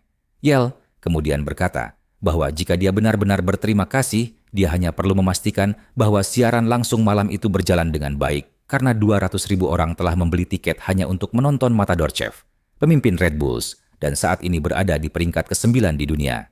Sementara itu, portal penjara bawah tanah terbentuk tepat di depannya, dan dia telah mengaktifkan bentuk mengamuknya, siap untuk mengakhiri semuanya dengan brutal. Dia memanggil semua unitnya dan memerintahkan mereka untuk bersiap bertempur. Kemudian, di Asosiasi Pemburu Monster, di cabang yang terletak di Kastil Vigus, Herkan mengeluh bahwa tidak ada misi yang menarik. Tidak ada satupun misi yang bagus, dan dia menyalahkan desa rintisan sialan itu untuk itu. Dia bahkan berpikir untuk menyerah pada ide membuat video untuk sementara waktu. Tapi kemudian petugas berbalik kepadanya dan bertanya dengan tatapan penasaran, apakah dia orang yang telah menyelesaikan Gunung Beima? Herkan menyadari bahwa itu orang yang sama seperti sebelumnya. Dia memperkenalkan dirinya sebagai Hoton dan bertanya apakah Hakin punya waktu untuk. Kemudian, di sebuah ruangan yang sedikit lebih pribadi, Hoton memberitahunya bahwa ia telah mendengar bahwa ia melihat monster yang rusak di gua Gunung Beima. Han bertanya-tanya, apakah benar-benar ada kejadian seperti itu dalam permainan, sampai ia ingat dan memastikan bahwa ia telah melihat manusia serigala dengan mata yang aneh. Hoton mengatakan bahwa ia sudah mencurigai hal ini dan menjelaskan bahwa apa yang ditemukan Hayuran adalah makhluk yang terkena kekuatan makhluk yang rusak.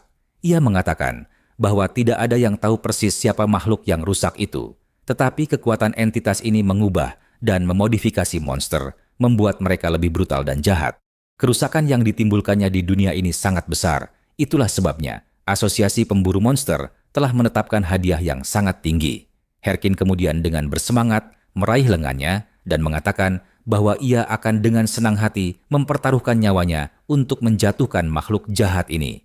Ia berpikir pada saat itu bahwa ini adalah misi tersembunyi dan ia menjadi lebih bersemangat ketika Hoan menjelaskan bahwa anak laki-laki itu akan menghadapi makhluk yang sangat kuat dan rusak. Meskipun demikian, Hirkan menjawab bahwa tidak apa-apa. Ia bersedia menghadapi apapun. Hoton mengatakan ia belum siap untuk itu. Namun Haikon berterima kasih padanya atas hal itu. Kesempatan.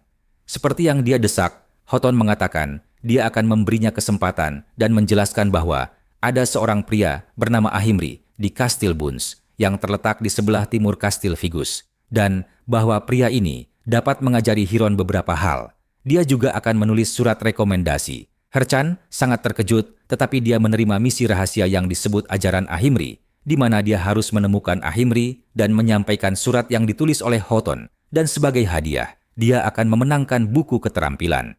Dia mulai gemetar karena kegembiraan dan berteriak kegirangan, berpikir bahwa sekarang permainan benar-benar dimulai. Dalam benaknya, tampaknya itu adalah misi untuk menjadi murid Amri, yang merupakan salah satu dari 7 murid penyihir hebat Bokeh. Dan NPC Ahimri memiliki buku keterampilan paling langka dalam permainan. Buku-buku yang akan dibunuh oleh penyihir dan panglima perang manapun untuk mendapatkannya. Dan hampir tidak ada yang memiliki kesempatan itu di kehidupan masa lalu mereka. Herchan berpikir bahwa mungkin dia mendapatkannya karena gelar bintangnya yang sedang naik daun dan juga karena misi utama yang melibatkan yang korup. Dengan penuh semangat, dia bersiap untuk berlari secepat mungkin. Tapi, dia hampir melupakan satu hal penting. Ada sesuatu yang ia perlu membereskan beberapa hal sebelum berangkat. Jadi, kemudian ia pergi ke hutan, tempat dedaunan berguguran, di sebuah tempat terbuka. Ia menggunakan pecahan tulang, melemparkan tengkorak kecil itu ke tanah, dan memanggil kerangka kecilnya. Hurachan menyadari bahwa ia masih belum menganalisis dengan benar barang-barang yang ia ambil sehari sebelumnya, dan sekarang ia akhirnya dapat menggunakan tengkorak manusia serigala. Sistem kemudian bertanya kepadanya, apakah ia ingin mengubah tengkorak manusia serigala menjadi prajurit kerangka. Herkin membenarkan bahwa, ya, tentu saja, ia ingin menggunakan tengkorak manusia serigala. Jadi, jejak makhluk itu memasuki kerangka kecilnya, meningkatkan daya tahannya sebesar 2 poin. Selain itu, di sini, Kane juga memiliki kalung pelacak korupsi yang segera ia kenakan.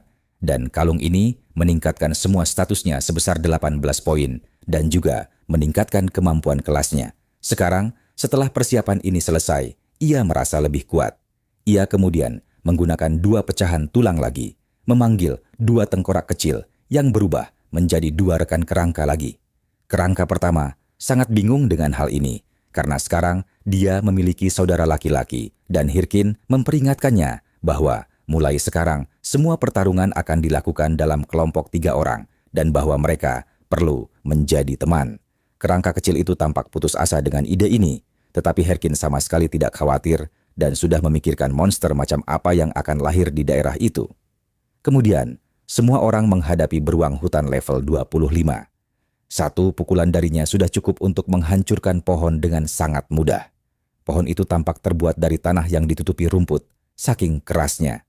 Huracin berhasil menghindari cakar pertama, dan meskipun dia tampak ketakutan oleh pukulan kedua, dia sebenarnya hanya menarik perhatian monster itu agar para prajuritnya dapat bertindak.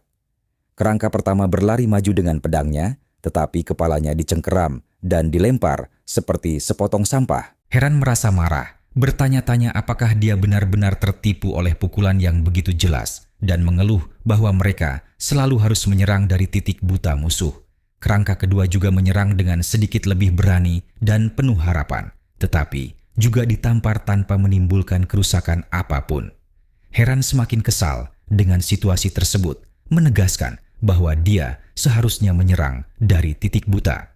Sementara itu, beruang itu hanya mengamati semuanya dengan tenang tanpa menyerang Huracan, seolah menunggu kesalahan berikutnya. Herchan menjadi semakin frustrasi, menyadari bahwa bahkan setelah melihat yang lain dihancurkan, kerangka kedua bertindak dengan cara yang persis sama. Dia berpikir bahwa pelatihan semacam ini tidak membawanya kemana-mana. Kemudian datang harapan terakhir. Kerangka terkuat yang berlapis baja langsung bertindak dan Hirkan terkesan dengan keberaniannya. Dia menerjang ke depan dengan pedangnya siap. Tetapi ketika dia mendekat, dia ditampar begitu keras hingga tengkoraknya hancur. Hiron menyimpulkan bahwa tidak, dia juga bukan harapan terakhir dan bahwa mereka semua idiot. Kemudian, ketiga kerangka itu berkumpul bersama dan dimarahi. Mereka tampak gugup dan Hirkan bertanya kepada mereka apakah mereka punya otak, meskipun dia tahu mereka jelas tidak punya. Tapi, dia tetap mempertanyakannya. Dia menjelaskan bahwa ketika monster diserang, ia akan berbalik melawan penyerang, jadi akan selalu ada titik buta yang tersedia, yang berarti mereka hanya perlu menyerang dari titik buta tersebut. Meskipun demikian, kerangka-kerangka kecil itu bingung dan tidak begitu mengerti. Hirkan bertanya-tanya mengapa dia masih membuang waktu menjelaskan hal-hal ini. Dia bahkan berpikir hal-hal semuanya berjalan lancar karena kemampuannya telah meningkat, dan berkat efek kalung itu, dia sekarang dapat memanggil 3 kerangka. Namun, itu tidak ada gunanya karena ketiganya masih lemah dan kurang koordinasi tim. Bahkan, jika yang pertama telah mempelajari sesuatu sendiri, ketiganya tampaknya tidak bekerja sama sekali.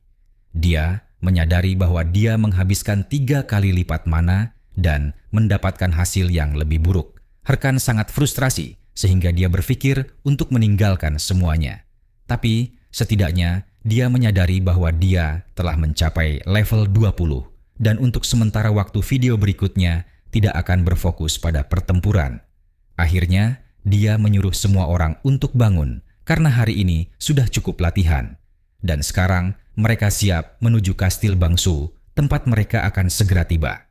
Dan Hurricane berpikir bahwa sekarang dia telah menjadi ahli sihir necromancer, panggilannya akan melakukan semua pekerjaan untuknya.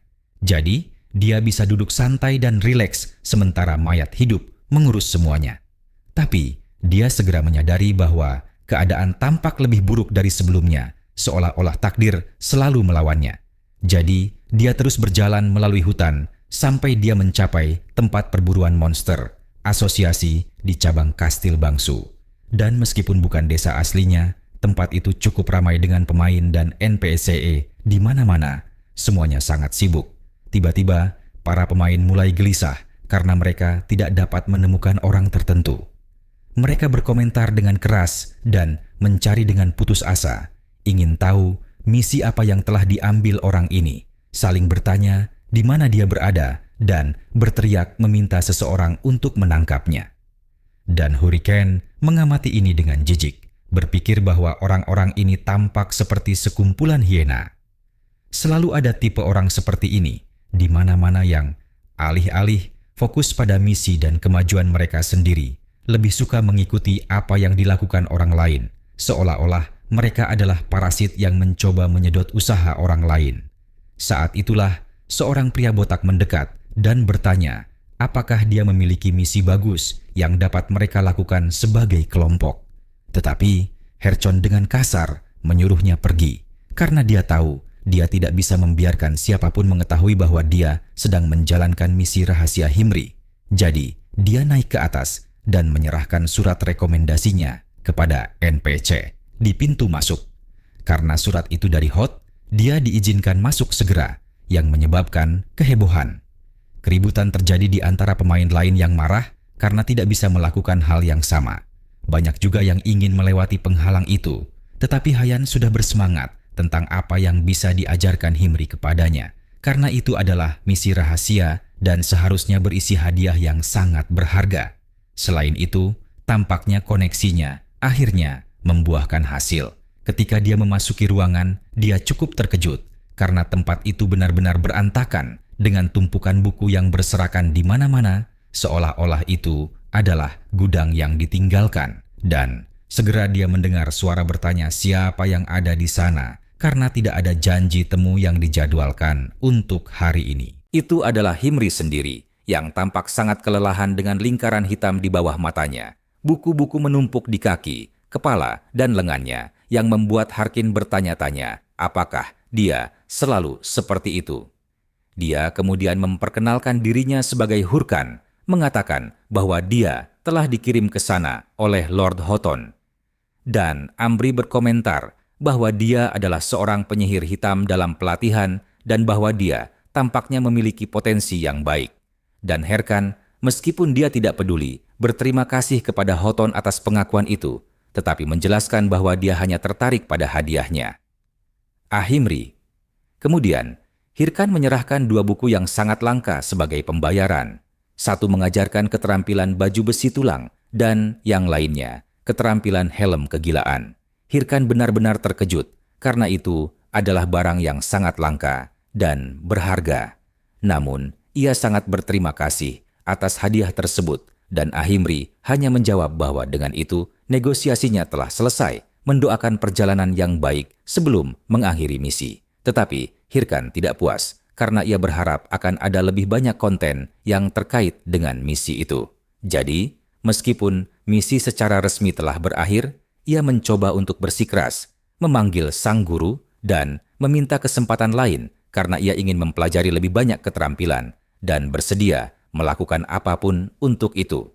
Kemudian, seorang Himri meraih tangannya dan bertanya apakah benar ia akan melakukan apapun.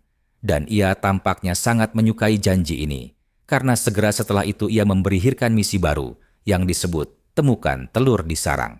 Hanya saja misi ini tidak memiliki hadiah yang terlihat, dan Huracan bertanya-tanya apakah ia baru saja ditipu. Sementara itu, di kota, seorang ksatria dengan baju besi yang mengesankan menarik perhatian semua orang karena perlengkapan luar biasa yang dikenakannya. Dan kemudian ia mulai berjalan menuju sebuah menara besar. Di tengah kota, seseorang mengatakan bahwa ini adalah tempat yang tepat, tempat tinggal Topeng Ho. Herkin, di sisi lain, masih bingung dan marah, berpikir bahwa dia benar-benar telah ditipu oleh NPCI karena dia mengira akan mendapatkan hadiah untuk misi tersebut. Tetapi yang dia dapatkan hanyalah misi lain tanpa hadiah sama sekali, dan dia bertanya-tanya apakah misi itu benar-benar layak dilanjutkan. Saat dia mengomentari misi tersebut, sekelompok pemain di sekitarnya menyadari dan langsung menyerangnya, mengatakan bahwa dia telah menerima misi, mencoba mendapatkan informasi apapun darinya. Dan Hurricane ingat bahwa dia lupa betapa menyebalkan dan mengganggunya para pemain ini. Jadi, dia bertanya-tanya, apakah tidak akan lebih mudah untuk menyingkirkan mereka semua di sana. Tetapi, sebelum dia bisa bereaksi, seseorang muncul dan membawa semua orang menjauh darinya dan menyelamatkannya.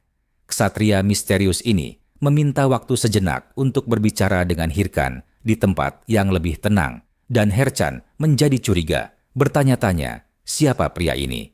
Tetapi ketika pria itu memanggilnya Topeng Heiho, dia memutuskan untuk menurut.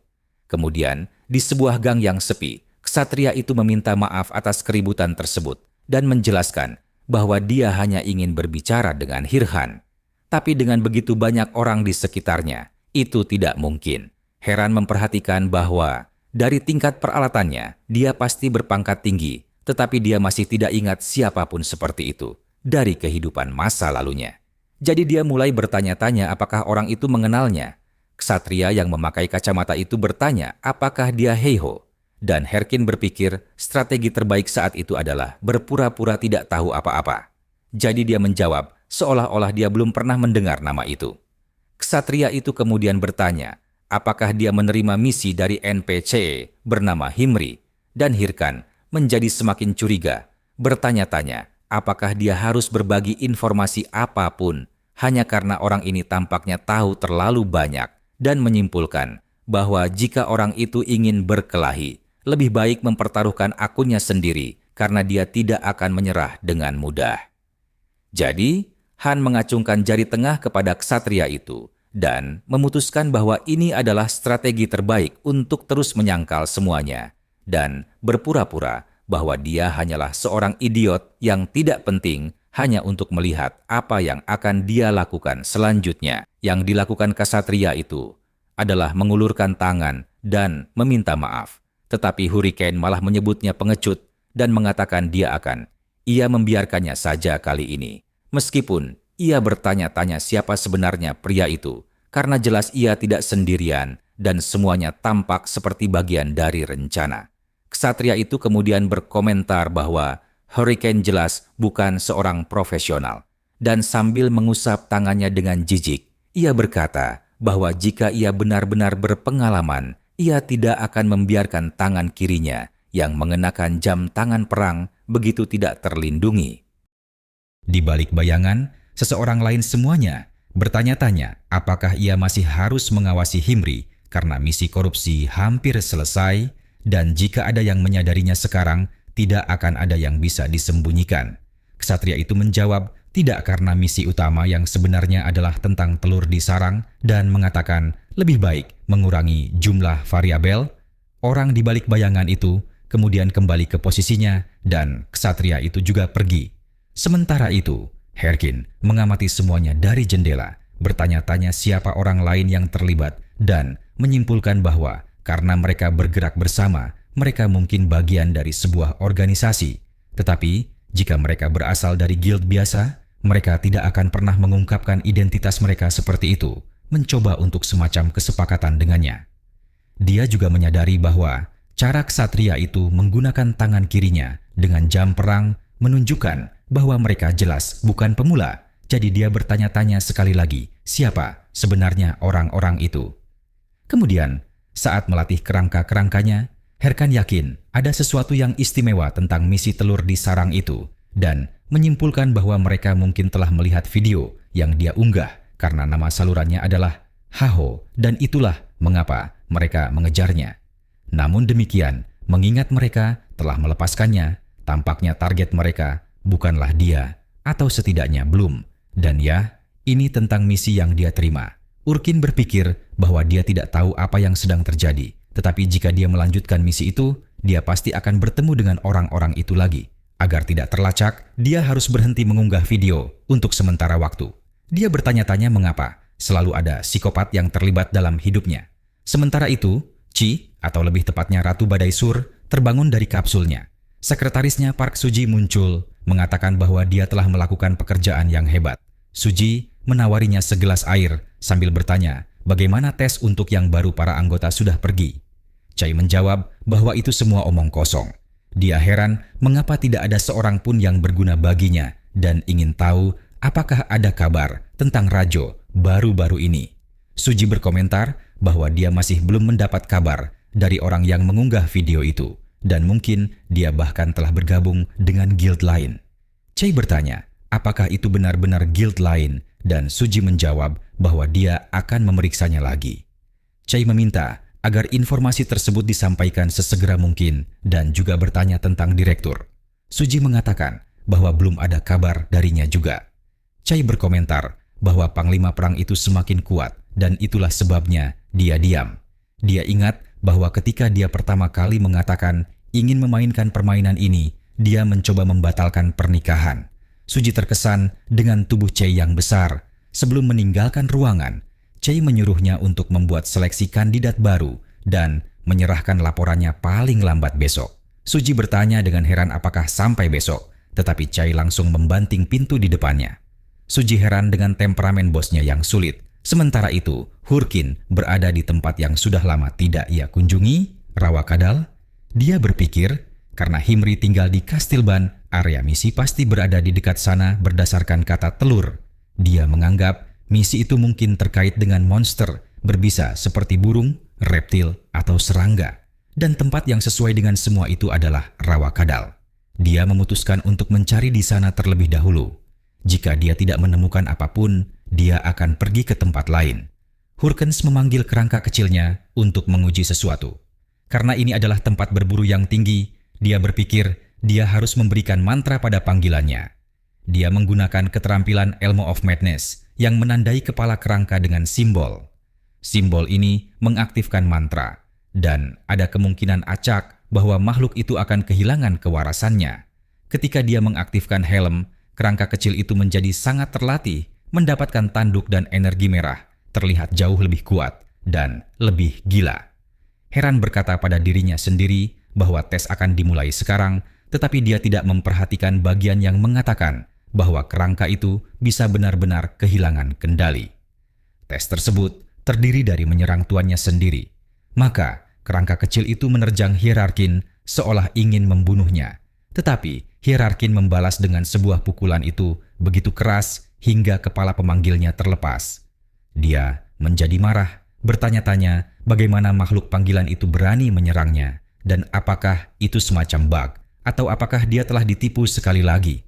Tiba-tiba, seorang manusia kadal level 30 muncul di belakangnya. Hakin berpikir bahwa kelinci percobaan telah tiba di waktu yang tepat. Dia mengaktifkan helm kegilaan pada semua makhluk panggilannya. Semua kerangka memiliki atribut yang ditingkatkan dan menerima baju besi yang terbuat dari tulang. Sekarang mereka siap menghadapi manusia kadal. Mereka maju dengan benar-benar gila dan monster-monster itu bukan tandingan mereka. Manusia kadal itu dengan mudah terbelah menjadi dua. Dan pada saat itu, Hurricane menerima 864 poin pengalaman. Heran berpikir mantra-mantra itu hebat dan memutuskan bahwa minggu depan mereka akan terus melakukannya lagi dan lagi sampai mereka menemukan telur terkutuk itu. Dia berpikir bahwa jika dia tidak berada di wilayah itu, mereka akan pindah ke wilayah berikutnya tanpa ragu-ragu. Tetapi sebelum dia menyadarinya, seseorang mengawasinya dengan penuh minat. Orang itu adalah Ilya, seorang wanita yang terkenal karena kecantikannya yang menakjubkan. Dia tahu ini dan tidak ragu mengakuinya, karena itu memang benar. Semua orang di sekitarnya menyayanginya. Banyak. Bahkan, ia menawarkan hadiah hanya karena penampilannya. Karena itu, hidupnya selalu mudah, karena setiap kali ia menghadapi masalah, para budaknya selalu menyelesaikan semuanya untuknya. Tetapi pada saat itu, Ilya terpeleset dan jatuh tersungkur ke dalam genangan lumpur dan kotoran. Ia berpikir dengan marah bahwa ia membenci tempat itu. Ia ingat bahwa salah satu budaknya pernah membawanya ke sana, berjanji untuk membantunya naik level. Tetapi budak itu meninggal di jalan dan sekarang ia sendirian dan terjebak di rawa yang mengerikan itu. Ilya menyadari bahwa monster di daerah itu sangat kuat. Tetapi ketika ia melihat Hiran Cikacin, ia memutuskan bahwa Hiran akan menjadi budak barunya, target barunya. Ia menjatuhkan diri ke tanah berpura-pura terluka dan meminta bantuan, mengatakan bahwa ia telah diserang oleh monster di daerah itu.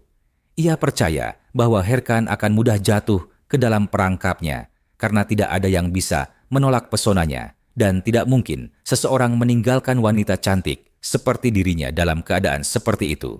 Tetapi Herkan hanya memunggunginya tanpa mengatakan apapun.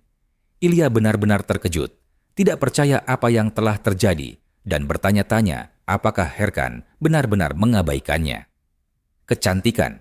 Herkin, di sisi lain, memandanginya dan berpikir dia hanyalah orang gila lain yang mencoba menipunya. Ilya sangat marah hingga menggigit bibirnya sampai berdarah, geram atas penghinaan yang diterimanya.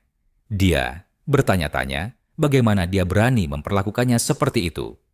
Tetapi Han tetap tenang saat kerangka-kerangkanya menghabisi manusia kadal di sekitarnya. Dia menganggap wanita itu sangat menyebalkan, namun dia terus mengikutinya, bersikeras untuk mendapatkan perhatiannya. Dia terus berpura-pura polos, mencoba membuang waktunya. Tetapi Hurricane menyadari bahwa tidak ada pemain yang layak dalam permainan sialan itu dan memutuskan bahwa cara terbaik untuk menyingkirkannya adalah dengan menyelesaikannya segera. Dia bertanya apakah dia kehilangan sesuatu dan Ilya berkata ya, bahwa dia telah kehilangan pedangnya selama pertarungan di rawa dan bertanya apakah dia bisa membantunya mendapatkannya kembali. Herkin kemudian bertanya apakah ketika dia mendapatkan pedangnya kembali, dia akan pergi selamanya dan Ilya berkata, ya, berterima kasih padanya dengan antusias karena dia berpikir bahwa dia akhirnya berhasil menipunya. Kemudian dia membawanya ke tempat pedang itu berada. Benda itu hilang di sebuah pulau kecil di tengah rawa. Hiran mengingatkannya akan janjinya. Ia segera pergi setelah mendapatkan kembali pedangnya dan mengirim kerangka-kerangkanya untuk mengambil barang itu karena ia bukan orang bodoh yang akan mengambil risiko sendirian. Saat mengucapkan terima kasih, Ilya berpikir bahwa ahli sihir nekromancer tidak ada artinya tanpa makhluk panggilan mereka. Pada saat itu, ia melihat pria itu terlentang dan berpikir itu adalah kesempatan sempurna untuk membunuhnya. Tetapi ketika ia mencoba menyerangnya, pria itu berbalik dengan tatapan gila di wajahnya dan berkata bahwa ia terlalu lambat. Ia mencengkeram jubah Ilya dan melemparkan jantungnya ke arah yang berlawanan, menyebabkan Ilya jatuh tersungkur ke dalam air rawa. Ilya yang marah berteriak padanya, bertanya apakah ia pikir ia akan bisa menyingkirkannya semudah itu setelah itu, dan mengancam bahwa pengawal-pengawalnya akan mengejarnya. Tetapi Hercani memintanya untuk melihat ke belakang, dan ketika ia berbalik, ia berhadapan dengan manusia kadal yang mulai melahapnya tanpa ampun.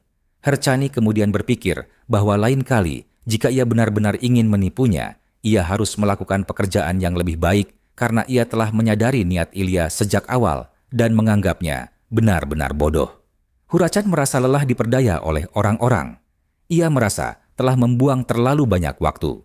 Sementara itu, kerangka kecilnya teralihkan perhatiannya karena berlatih pesonanya, dan tak lama kemudian mereka bertiga dipukuli. Jadi Herkon berkata, mereka harus belajar darinya dan bukan dari orang-orang aneh itu. Pemain Ilya akhirnya mati dan Herkon menerima banyak poin untuk itu. Dia tidak menyangka akan mendapatkan XP sebanyak itu dan terkejut. Jadi, dia mulai memikirkan apa yang dikatakan Ilya sebelumnya. Pengawal-pengawalnya tampak seperti kebohongan. Dia bertaruh bahwa orang seperti Ilya bahkan tidak memiliki pengawal sungguhan. Tetapi, pada saat itu, dia sudah diawasi oleh beberapa kutu buku. Masih di rawa, Herkin sedang berkonfrontasi dengan salah satu kutu buku. Dan pria gemuk dalam kelompok itu berkata bahwa musuh Ilya yang terkutuk itu akan membayar atas apa yang telah dilakukannya. Tetapi Herkin bertanya-tanya, mengapa mereka sampai melakukan hal sejauh itu untuk Ilya? Bukannya Ilya yang membayar mereka untuk itu. Jadi dia mulai berpikir bahwa itu konyol bagi seseorang untuk melakukan semua itu hanya untuk membalas dendam seorang wanita yang mereka temui dalam sebuah permainan. Pria gemuk itu kemudian menjawab bahwa dia melakukan semua itu karena dia mencintainya. Setelah itu, dia dipotong menjadi dua dan dibunuh. Herkin mengira semua itu hanya lelucon. Dia berpikir gadis gila sebelumnya telah mencoba menipunya dan tidak berhasil. Dia telah menyingkirkannya, tetapi sekarang wanita itu ingin balas dendam. Dan sepertinya dia benar-benar memiliki pengawal karena ketika dia meminta bantuan, tampaknya berhasil. Sekarang semua kutu buku mengejarnya, menyebutnya musuh Ilya. Dan Hurricane menganggap semua itu gila karena setiap hari dia bertemu orang gila yang berbeda di game itu. Dia juga cemas tentang misi sialan itu, di mana dia perlu menemukan telur. Tapi sejauh ini dia belum menemukan apapun. Dan sekarang dia masih harus berurusan dengan Jiga Jijata. Herkin berpikir dia perlu menghabisi wanita itu sekali dan untuk selamanya. Karena jika dia meninggalkan tempat itu tanpa persiapan, dia bisa mendapat masalah yang lebih besar. Jadi, dia mengambil jam tangan perang lain dan mendapatkan 5.000 emas serta beberapa barang, termasuk kalung janji, barang super langka yang bisa dijual seharga 800.000. Herkin berterima kasih kepada kutu buku yang sudah mati itu atas hadiahnya. Dia berpikir bahwa jika mereka terus datang, dia akan membunuh mereka satu persatu, karena itu uang mudah. Ketika seorang kutu buku lain muncul, Hakin mengaku bahwa dialah yang telah membunuh Aliyah dan memperingatkan bahwa siapapun yang mencoba melakukan sesuatu akan berakhir mati juga. Tetapi ketika dia menyadari, karena ada beberapa yang datang sekaligus, dia lari dari pasukan kutu buku itu. Herkon tidak mengerti mengapa ada begitu banyak dari mereka di sana. Dia berpikir wanita obsesif itu terlalu serius. Jadi dia melemparkan kerangka-kerangkanya ke medan pertempuran. Tapi para kutu buku itu tidak takut. Mereka menggunakan kekuatan cinta. Dan luar biasanya, itu benar-benar berhasil. Mereka mengalahkan kerangka-kerangka itu dengan mudah. Dan disinilah Khan mulai menyadari bahwa orang-orang ini berada di level yang lebih tinggi darinya. Dia mengerti bahwa melawan semua orang sekaligus tidak mungkin dimenangkan pada saat itu. Jadi, dia memutuskan bahwa dia akan membunuh mereka semua segera setelah dia naik level. Kemudian dia berada di bagian rawa yang jauh lebih gelap, dan dia berpikir bahwa para kutu buku itu benar-benar gigih. Jadi dia perlu terus bergerak agar tidak tertangkap sampai dia menyadari bahwa dia tidak lagi mengenali tempat di mana dia berada. Lingkungan itu tampak sangat berbeda dari seluruh rawa kadal lainnya, dan dia sudah menjelajahi rawa itu berkali-kali. Heran mulai berpikir bahwa ini pasti terkait dengan misinya. Mungkin ini adalah tempat yang tepat. Sementara itu, bahkan para kutu buku pun lewat mencari Hiahan. Dan ketika mereka saat melihat kerangka-kerangkanya, mereka menyadari bahwa mereka sedang menari. Jadi, para kutu buku bertanya-tanya apa yang sedang terjadi, menyebutnya sebagai pesta kerangka. Si kutu buku yang gemuk itu marah atas provokasi sang ahli sihir. Dia menganggapnya sebagai penghinaan terhadap Ilya dan pergi dengan marah, hanya untuk ditangkap oleh makhluk besar yang tidak dia sadari mendekat. Dia telah memasuki area bos di tempat itu, dan semua orang ketakutan ketika mereka melihat makhluk besar itu, naga kadal level 40. Hiran tentu saja bersembunyi dan menyadari pada saat itu bahwa tempat dia berada adalah sarang naga kadal. Ini adalah bos dengan pagar pertahanan yang sangat tinggi, banyak nyawa, dan serangan yang kuat yang membutuhkan setidaknya 20 pemain level 40 untuk mengalahkannya.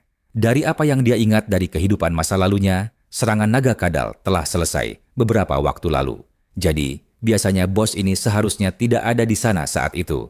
Namun, karena misi terkaitnya ada di tempat itu bersama dengan telur itu, monster itu akhirnya muncul kembali karena misi Hurkin. Artinya, jika naga kadal itu masih ada di sana, maka disitulah tepatnya ia harus berada untuk menyelesaikan misi yang diberikan oleh seorang Himri.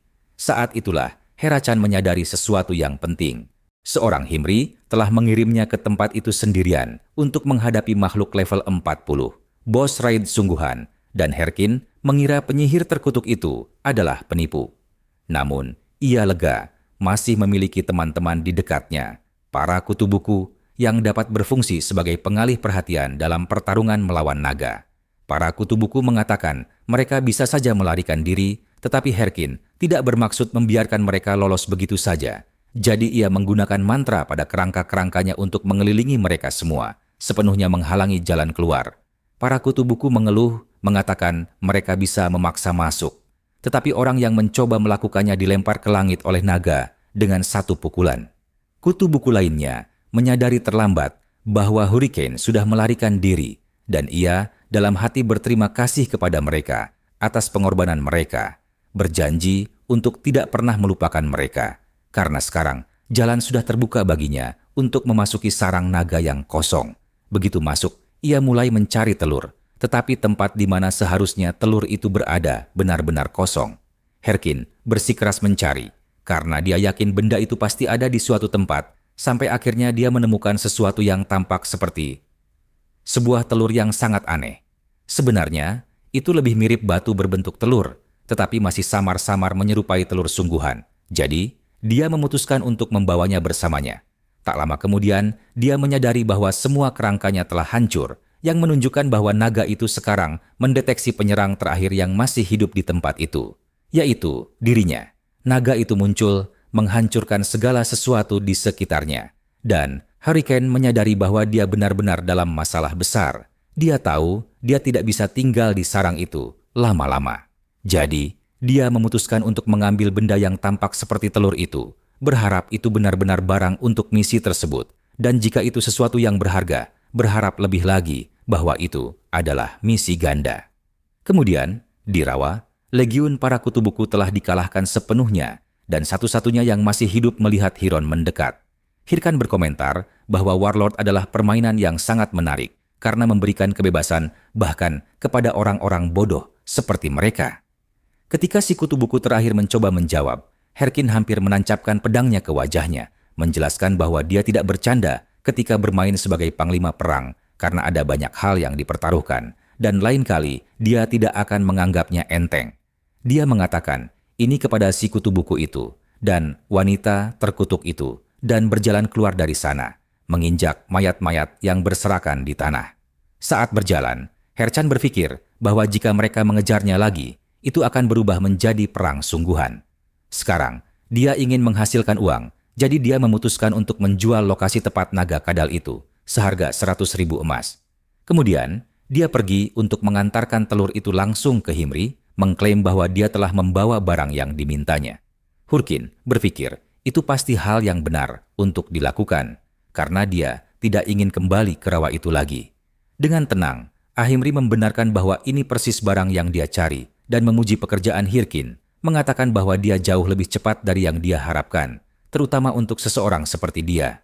Harkin bertanya-tanya apakah dia akan dipermalukan oleh NPECE itu setiap kali dia menyelesaikan misi. Jadi, dia bertanya apa misi selanjutnya. Ahimri menjelaskan bahwa setiap kali mereka menyelidiki daerah tempat monster bermutasi, benda semacam itu selalu ditemukan, dan untuk sementara waktu, dia menamakannya batu korupsi. Pada saat itu, Hin mengerti mengapa kedua orang itu mengejarnya.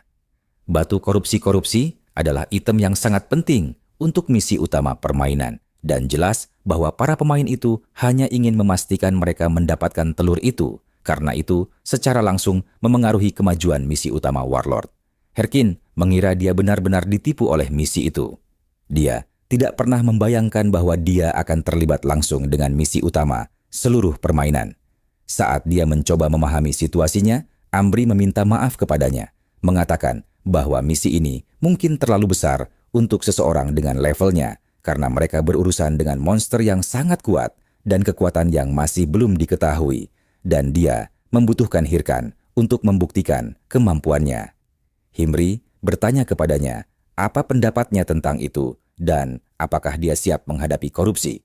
Hirkan berpikir bahwa dia memiliki banyak tekad dan bahwa mengambil bagian dalam misi utama adalah kesempatan emas. Dia mengatakan dia akan bertarung dengan segenap jiwa dan raga. Tetapi seorang Himri menyela, menjelaskan bahwa belum waktunya karena monster-monster itu terlalu kuat dan dia tidak berpikir pendatang baru seperti Hirkan akan mampu mengalahkan mereka. Hirkan mulai bertanya-tanya apakah levelnya memang terlalu rendah untuk melanjutkan misi. Kemudian Ahimri berkata, dia bisa membantu, tetapi dengan satu syarat. Jika Hirkan mengucapkan kata-kata, "Mohon, penyihir hebat Himri, jadikan aku muridmu," maka dia akan menerimanya sebagai murid magang dan mengajarinya. Kemudian, Hirkan meninggalkan rumah Ahimre dengan sangat marah.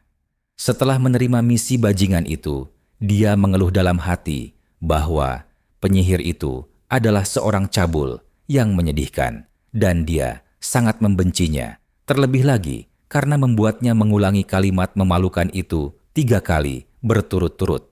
Sementara itu, di Rawa Kadal, penyerangan akhirnya mengalahkan naga Kadal, mengakhiri konfrontasi sepenuhnya.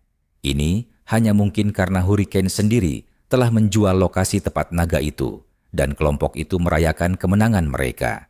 Orang yang paling banyak membantu selama persiapan penyerangan adalah ksatria terhormat, orang yang sama yang sebelumnya berada di belakang Hayerkan. Dia berterima kasih kepada semua orang atas dukungan mereka, dan tentu saja para pemain ingin berbagi sebagian besar hadiah dengannya. Mereka mengatakan bahwa jika bukan karena dia, mereka tidak akan pernah berhasil Namun ksatria itu, yang dikenal sebagai Hiper, menolak segala bentuk kompensasi dengan mengatakan bahwa dia membenci melanggar aturan. Para pemain lain bingung, bertanya-tanya apakah dia benar-benar tidak menginginkan uang itu, dan beberapa bahkan bertanya-tanya apakah dia melakukan semua ini hanya untuk membantu orang.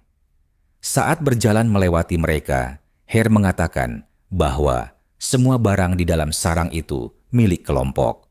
Tetapi di dalam hatinya, dia berpikir betapa beruntungnya dia mendapatkan kesempatan ini. Dia tidak pernah membayangkan bahwa dia akan memiliki kesempatan untuk mendapatkan batu korupsi.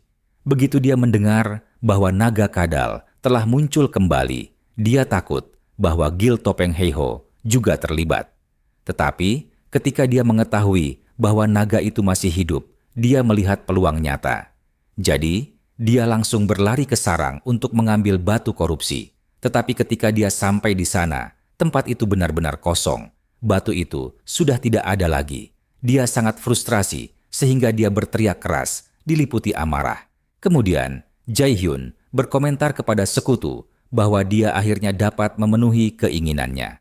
Setelah melalui begitu banyak rasa sakit dan kesulitan, dia sekarang memiliki cukup uang untuk melakukan apa yang paling dia inginkan.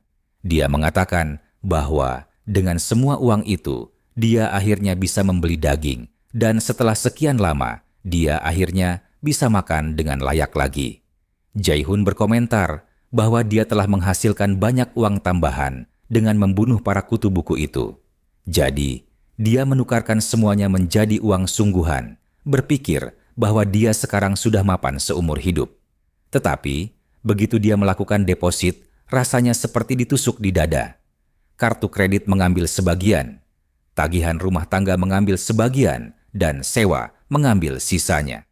Pada akhirnya, bahkan tidak ada cukup uang untuk memesan makanan biasa, apalagi daging. Jun bertanya-tanya mengapa dia begitu hancur seperti itu, mengingat dia telah bekerja sangat keras, berjuang sangat keras, dan tampaknya masih berada di tempat yang sama.